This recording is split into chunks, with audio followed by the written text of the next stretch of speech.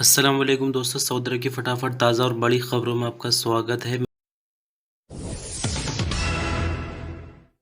तो आज news bulletin की शुरुआत में सबसे पहले बात करेंगे प्रवासी भारतीय दिवस की, यानी नॉन रेजिडेंट इंडियन डे। जैसे कि आज 9 जनवरी है, तो 2015 में इसकी शुरुआत की गई थी और आज प्रवासी भारतीय दिवस है। और हो सकता है कि रियाद के अंदर जो इंडियन एम्बेसी है उसकी आज छुट्टी हो सकती है। यहाँ पर एक दिन पहले ही प्रवासी भारतीय दिवस मनाया गया है, जिसमें इंडियन कम्युनिटी के काफ़ी लोगों ने हिस्सा लिया है। साथ ही कुछ सांस्कृतिक भारतीय प्रोग्राम भी यहाँ पर दिखाए गए, तस्वीरों के माध्यम से आप देख सकते हैं। हालांकि कोई बड़ी ब्रेकिंग न्यूज़ यहाँ पर ऐसी निकल कर नहीं आई जिससे कुछ नया लॉन्च किया गया हो सऊदी अरब में रहने वाले इंडियंस के लिए। लेकिन यहाँ पर बात करते हैं कि प्रवासी भारतीय दिवस आखिर क्या होता है। हो सकता है कि आप में से कुछ भाइयों ने पहली बार ये लफ्ज़ सुना है। तो दरअसल आपको बता दें कि 2015 से इसकी शुरुआत की गई है और एक ख़ास दिन रिजर्व किया गया है। जैसे कि और भी तरह के कई डेज होते हैं, ये वुमेंस डे, फादर्स डे और वगैरह वगैरह। तो इसी तरह से यहाँ पर एक दिन रखा गया है 9 जनवरी, यानी जो लोग भारत के बाहर रह रहे हैं अलग अलग देशों में, चाहे आप सऊदी अरब में हो या फिर किसी भी और देश में हो, दुबई में हो, अमेरिका में हो, इंग्लैंड में हो, इंडिया के बाहर जो लोग रहते हैं यानी नॉन रेजिडेंट इंडियन, उनके लिए एक डे रखा गया है ताकि उनकी कुर्बानियों को याद किया जा सके। वो देश से बाहर रहकर मेहनत करके इंडिया को मजबूत बना रहे हैं, यानी जो संसाधन है, जो रिसोर्सेज हैं, वो तो दूसरे देश के इस्तेमाल करते हैं, वहाँ से उसको पैसे में कन्वर्ट करके अपने देश में भेजते हैं और कहीं ना कहीं तरक्की में भारत की भागीदार बनते हैं। तो इन्हीं सब चीज़ों को एक तरह से याद करने के लिए एक दिन रखा गया है 9 जनवरी, जिसको प्रवासी भारतीय दिवस के रूप में मनाया जाता है। सऊदी मिनिस्ट्री ऑफ हेल्थ का कहना है कि सऊदी अरब में कोरोना वायरस से बचाव के लिए लगाई जाने वाली वैक्सीन पूरी तरह से सुरक्षित है। वैक्सीन इंपोर्ट करने से पहले संबंधित विभागों की तरफ से सभी तरह के जायजे लेने के बाद जब संतुष्टि हो जाती है तब वैक्सीन की इजाज़त दी जाती है। हेल्थ मिनिस्ट्री ने उम्र के हिसाब से वैक्सीन का चार्ट भी जारी किया है, जिसके मुताबिक 5 से 11 साल तक की उम्र के बच्चों के लिए फाइजर बायोनटेक वैक्सीन दी जा रही है।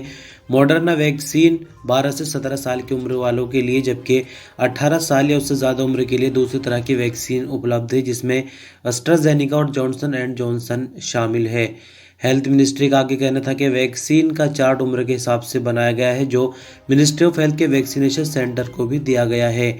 बूस्टर डोज के हवाले से मिनिस्ट्री का कहना था कि वैक्सीन की तीसरी डोज, जिसे बूस्टर डोज भी कहा जाता है, वो बॉडी को पूरी तरह से तैयार कर देती है वायरस से लड़ने के लिए, यानी तीसरी डोज लेने के बाद पूरी तरह से वायरस का खतरा खत्म हो जाता है। बूस्टर डोज का मतलब जिस्म को पूरी तरह से वायरस से लड़ने के लिए मजबूत बनाना है। इंडोनेशिया से उमरा ज़ायरीन का पहला ग्रुप सऊदी अरब पहुंच गया है। उमरा ज़ायरीन के ग्रुप में 420 मर्द और औरतें शामिल हैं। जकार्ता में सऊदी एम्बेसी और इंडोनेशिया की मिनिस्टर ऑफ इस्लामिक अफेयर की अथॉरिटी ने उमरा ज़ायरीन को अलविदा किया। आपकी जानकारी के लिए बता दें कि फ़्लाइट पर बैन लगने के बाद, जब से बैन हटा है उसके बाद से इंडोनेशिया से सऊदी अरब के लिए ये पहला उमरा ग्रुप है। सऊदी मिनिस्ट्री ऑफ हेल्थ ने शनिवार को 3068 कोविड-19 के नए मामलों की पुष्टि की है। 793 नई रिकवरी रिकॉर्ड पर आए, जबकि 2 नई मौत की भी खबर है। टोटल एक्टिव मामलों में से क्रिटिकल केसेस की बात करें तो इनकी तादाद 134 है, जो कि हालत नाजुक की वजह से आईसीयू में है। तो 3068 नए मामले रिकॉर्ड पर आने के बाद कुल मामले 5,75,293 हो जाते हैं। 793 नई रिकवरी के बाद 5,45,771 कुल रिकवरी, जबकि 2 नई मौत के बाद 8,892 कुल मरने वालों की तादाद हो जाती है। सऊदी अरब में रहने वाले ऐसे अजनबी वर्कर जो कि गैर कानूनी तरीके से सऊदी अरब में रहते हैं, ऐसे लोगों को पकड़ने के लिए मुहिम चलाई जा रही है, जो कि अभी भी जारी है, जिसके तहत बीते एक हफ्ते के दौरान हज़ारों की तादाद में अजनबी वर्करों को गिरफ्तार किया गया है। सबक वेब न्यूज़ के मुताबिक इस कमेटी ने 13 दिसंबर से 5 जनवरी 2022 के दौरान होने वाली गिरफ्तारियों के बारे में जानकारी दी है। जानकारी के मुताबिक बीते एक हफ्ते के दौरान टोटल 13,709 अजनबी वर्कर गिरफ्तार हुए हैं।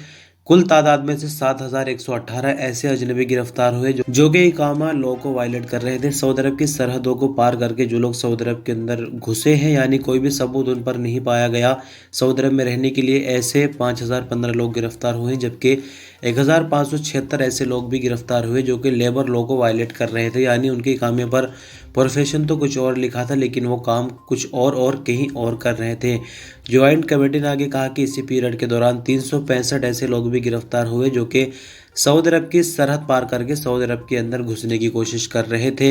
इनमें से 45% यमनी, 53% यूथोपी जबकि 2% दूसरी नेशनलिटी के लोग हैं। इसी तरह 75 ऐसे लोगों को भी गिरफ्तार किया गया जो गैरकानूनी तौर पर सरहद पार करके सऊदी अरब के बाहर जाने की कोशिश कर रहे थे। ज्वाइंट कमेटी ने कहा कि गैरकानूनी अजनबी को सुविधा देने, उनकी मदद करने पर 7 लोग भी गिरफ्तार हुए हैं। सऊदी मिनिस्ट्री ऑफ हेल्थ का कहना है कि सऊदी भर में अब तक कोरोना से बचाव के लिए 5,24,15,000 से ज्यादा वैक्सीन लगाई जा चुकी है। अखबार 24 के मुताबिक अब तक लगाई गई वैक्सीन में 29 लाख बूस्टर डोज है। ये उन लोगों को लगाई गई है जिन्हें वैक्सीन की दूसरी डोज लगवाए हुए 3 महीने उससे ज्यादा वक्त गुजर चुका है।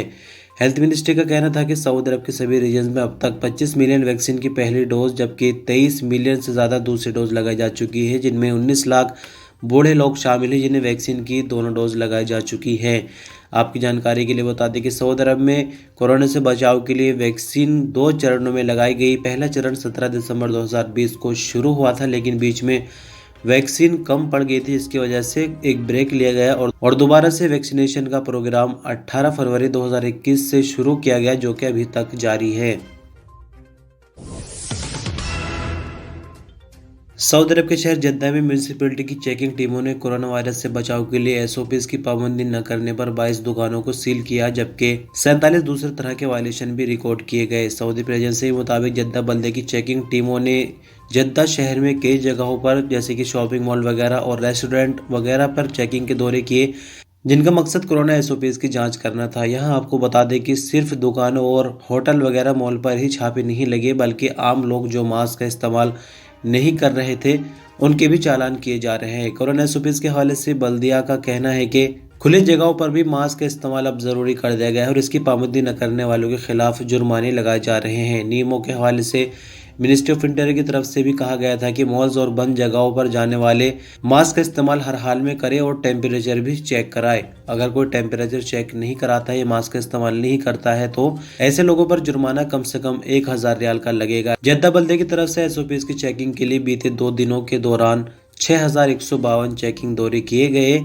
जद्दा बल्दे का आगे कहना है कि आगे भी चेकिंग के दौरे जारी रहेंगे, लिहाजा सभी कारोबारियों को हिदायत की जाती है कि वो अपने यहाँ पर टेम्परेचर भी चेक कराए, साथ ही बिना नोज मास्क के अंदर आने की बिल्कुल भी इजाजत न दे।